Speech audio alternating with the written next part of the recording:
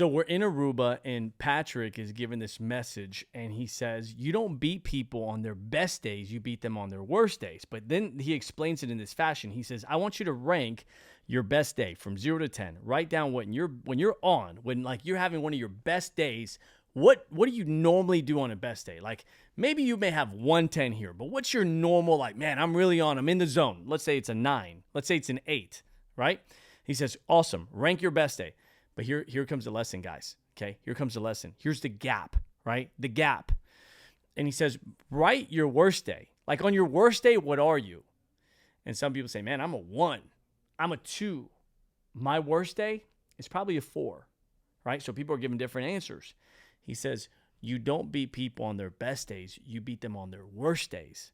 So let's do an example where somebody's best day is a 9 and their worst day is a 5, right? 9 plus 5, right, is 14. So they're averaging a 7.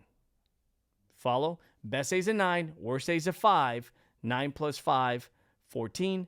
You divide it by 2. Their average is a 7. Now, let's say somebody else's best day is a 9, but their worst day is a 1. 9 plus 1 is 10. That average is 5. Now, you think 7 to 5 isn't a big deal, but it's 2, right? Which is 40%.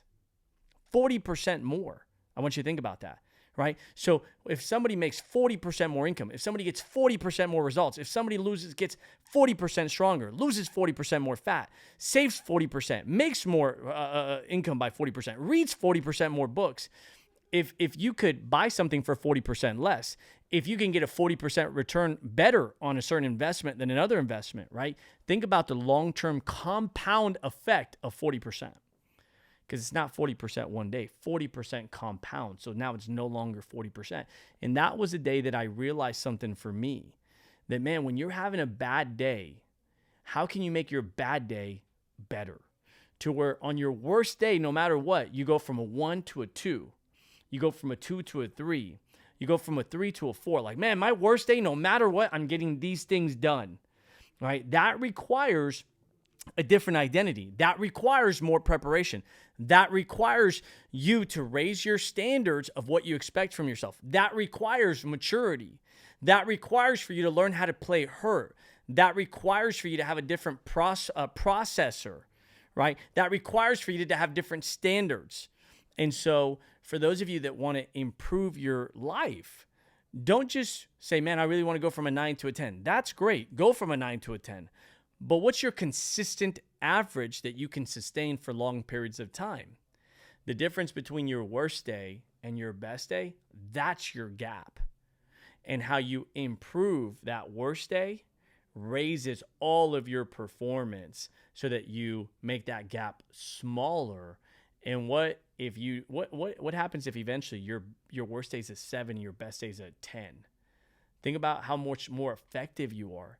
Now, this is a process, and this is the exciting part. When you look at life from a lens of perfection, which I've done that, you're overwhelmed often and you're disappointed. But when you look at life as, man, it's a journey and I got to just get better.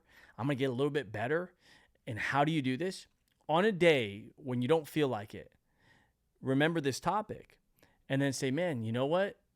Normally this would be a 2 today, but I'm going to make it a 4. And if you can do that consistently, all of a sudden you don't have 2s anymore.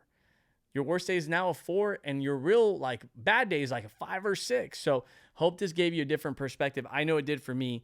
Measure your gap and make your worst day better. Take care, everybody. We'll see you on the next video.